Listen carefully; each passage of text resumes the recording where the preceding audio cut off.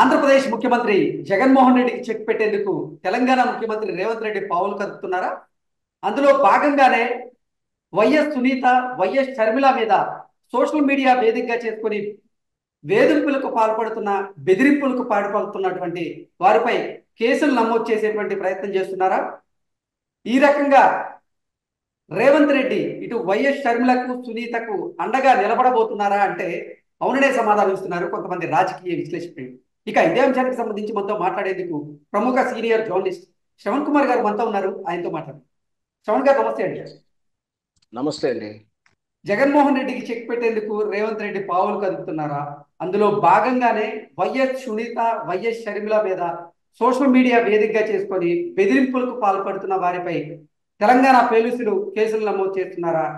ఇక వైఎస్ షర్మిలకు, వైఎస్ సునీత రెడ్డికి ఇటు రేవంత్ రెడ్డి అండగా నిలబడబోతున్నాడా అంటే ఏం చెప్తారు సార్? ఖచ్చితంగా అండి. దాంట్లో ఏ ప్రశ్న అనుమానించాల్సిన ప్రశ్న ఏం లేదండి. ఖచ్చితంగా రేవంత్ రెడ్డి షర్మిలకు సహకరిస్తానికి, పైగా అది కాంగ్రెస్ పార్టీ నుంచి కాబట్టి ఇంకెక్కువ సహకరిస్తానికి సాయశక్తిగా కృషి చేస్తాడు. వన్ షాట్ టూ బర్డ్స్ లెక్క ఇక్కడ షర్మిలకు సహాయం చేయడం వలన అక్కడ జగన్మోహన్ రెడ్డికి టార్గెట్ అవుతాడు, టార్గెట్ చేశాడు. వాస్తవానికి ఏంటంటే జగన్మోహన్ రెడ్డి మీద వ్యక్తిగతమైనటువంటి ద్వేషం కానీ పార్టీ పరమైనటువంటి విభేదం కూడా లేదు వాస్తవానికి. ఎందుకంటే జగన్మోహన్ రెడ్డికి కానీ రేవంత్ రెడ్డి కానీ ఏ విధంగా నుండి గ్యాప్ కూడా రాలేదు, వ్యత్యాసం కూడా లేదు వాళ్ళ మధ్య. ఎందుకంటే ఏ విధంగా పోటీ కూడా లేదు. కానీ అనుకోకుండా జగన్మోహన్ రెడ్డి టార్గెట్ అయ్యాడు రేవంత్ రెడ్డికి. ఎందుకంటే అతను బీఆర్ఎస్ పార్టీ తోటి సానుకూలంగా ఉన్నాడని, బీఆర్ఎస్ పార్టీకి సపోర్ట్ చేశాడని ఒక అనుమానం, అపోహతోటి ఆటోమేటిక్గా జగన్మోహన్ రెడ్డి మీద అతను కోపాన్నో ద్వేషాన్ని పెంచుకున్న టైంలోనే యాదృచ్ఛికం జరిగిందో కావాలని జరిగిందో కానీ జగన్మోహన్ రెడ్డి రేవంత్ రెడ్డి ముఖ్యమంత్రి అయిన తర్వాత ఆయనను అభినందించలేదని, ఫిట్ చేయలేదని, కలవలేదని ఆయనకు కోపం వచ్చింది. దాంతో వాళ్ళ మధ్య ఇంకెక్కువ గ్యాప్ వచ్చింది ఆటోమేటిక్గా. ఇంకొకటి ఏంటంటే దీంతో పాటు ఆటోమేటిక్గా రేవంత్ రెడ్డి అనేది ఆ, చంద్రబాబు నాయుడు బినామీ అనేది అందరికీ అందరికీ తెలిసిన విషయం అది. ఆయన శిష్యుడని, ఆయన చెప్పులు మోసాడని కూడా అందరికీ తెలిసిన విషయం. సో ఆ విధంగా జగన్మోహన్ రెడ్డి మీద టార్గెట్ చేయడంలో కొంత వింతేం లేదు. ఖచ్చితంగా షర్మిలకు సహాయం చేస్తానికి ఉంటాడు. ఇంకొకటి ఏంటంటే ఇక్కడ షర్మిలకు ఈ రోజు జరిగిన సంఘటన తాలూకు కేసు వివరాల ప్రకారం చూస్తే ఇక్కడ అధికారంలో ఉన్నప్పుడు ఏ పార్టీ అయినా సరే ప్రభుత్వం చట్టాలకు అనుగుణంగా చేయాల్సిన పని. అక్కడ షర్మిల గారికి కానీ సునీత రెడ్డి గారికి కానీ వీళ్ళు సోషల్ మీడియాలో అంటే తెలంగాణ, మేబీ అది హైదరాబాద్లో ఉంటున్న వ్యక్తి, అతని పేరు వచ్చేసి వర్రే రవీందర్ రెడ్డి అని తెలుస్తుంది. బహుశా హైదరాబాద్ ప్రాంతంలో ఉండవచ్చు. వాస్తవానికి ఏంటంటే ఆంధ్రప్రదేశ్ సెటిలర్స్ అంతా కూడా హైదరాబాద్ ప్రజలు ఉంటారు కాబట్టి అతను ఆంధ్ర ప్రాంతానికో ఆంధ్ర భావజాలానికో తెలిసిన అయి ఉండవచ్చు నా ఉద్దేశం వ్యక్తిగతంగా. అయితే బహుశా అది ఆయన పేరు విధానం చూస్తే రాయలసీమకు సంబంధించిన వ్యక్తి అయిన ఉండవచ్చు. ఆటోమేటిక్గా రాయలసీమ రవీందర్ రెడ్డి గారు అంటే వైఎస్ఆర్ పార్టీ అభిమానిగా మనం చూడవచ్చు వాస్తవానికి. సో అతను చేసినటువంటి వాక్య పోస్ట్ అర్థం ఏంటంటే శత్రుశేషం ఉండకూడదు, వీళ్ళిద్దరు ఎందుకన్నా ఎన్నికల్లో అడ్డం వస్తారు లేపై అంటూ ఒక పోస్ట్ పెట్టాడని చెప్పేసి అతని మీద కేసు నమోదైంది. దాని తాలూకు సర్కమ్స్టెన్షియల్ ఎవిడెన్స్ కూడా పోలీసులు సేకరించారు. ఈ రోజు రేపు మాకు అరెస్ట్ చేసే దాఖలాలు ఉన్నాయి కూడా మనం చదువుతున్నాం. అంటే దీన్ని బట్టి అర్థం చేసుకోవాల్సింది ఏంటంటే ఖచ్చితంగా ఎవరు కంప్లైంట్ ఇచ్చినా కూడా అక్కడ ఎవిడెన్స్ ఓపెన్ ప్లాట్ఫామ్ లో ఉంది. అది సోషల్ మీడియా పెట్టడం కానీ అది దాచితే దాగని నిజం అది కాదు. కాబట్టి ఖచ్చితంగా ఎవరు అంటే ఇక్కడ జగన్మోహన్ రెడ్డి ఇక్కడ గతంలో బీఆర్ఎస్ పార్టీ కేసీఆర్ గారు పాలనలో ఉన్నప్పుడు కూడా ఆనాటి కేసులకు చంద్రబాబు నాయుడు కానీ చంద్రబాబు మీద ట్రోలింగ్ జరుగుతున్నప్పుడు ఇట్లా కేసుల తాలూకులో కూడా అరెస్ట్ చేయడానికి సహకరించింది ప్రభుత్వం. ఈ రోజు కూడా ఆ విధంగా సహకరిస్తుంది. దాన్ని మనం వక్రంగా చూడాల్సిన అవసరం లేదు. అయినా కూడా వాళ్ళ మధ్య ఉన్నటువంటి ఈ ఘర్షణ వాతావరణం, వాళ్ళ మధ్య ఉన్నటువంటి ఈ రిలేషన్స్ ప్రకారం చూస్తే ఖచ్చితంగా రేవంత్ రెడ్డి షర్మిలతో చీకటి ఒప్పందాలు ఉన్నాయి.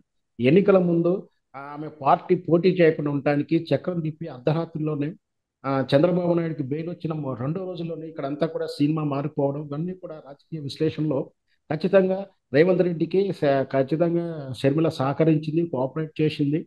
అటు కాంగ్రెస్ పార్టీలో విలీనం చేయకుండా, కాంగ్రెస్ పార్టీకి ఆమెను లెక్క చేయకుండా, ఆమె డిమాండ్ని హానర్ చేయకుండా, అలాంటి పరిస్థితుల్లో కాంగ్రెస్ పార్టీకి వ్యతిరేకంగా పనిచేయాల్సినటువంటి షర్మిల ఆ రోజు కాంగ్రెస్కు గెలవడానికి కోసం ఆ లోపాయకులు సహకరించినప్పుడు రేవంత్ రెడ్డికి కల్లో కూడా రానిటువంటి ఆ ముఖ్యమంత్రి పోస్ట్ రావడానికి ఇండైరెక్ట్ గా కారణం షర్మిలకు ఖచ్చితంగా రేవంత్ రెడ్డి సహాయం చేస్తానికి ముందుంటాడు.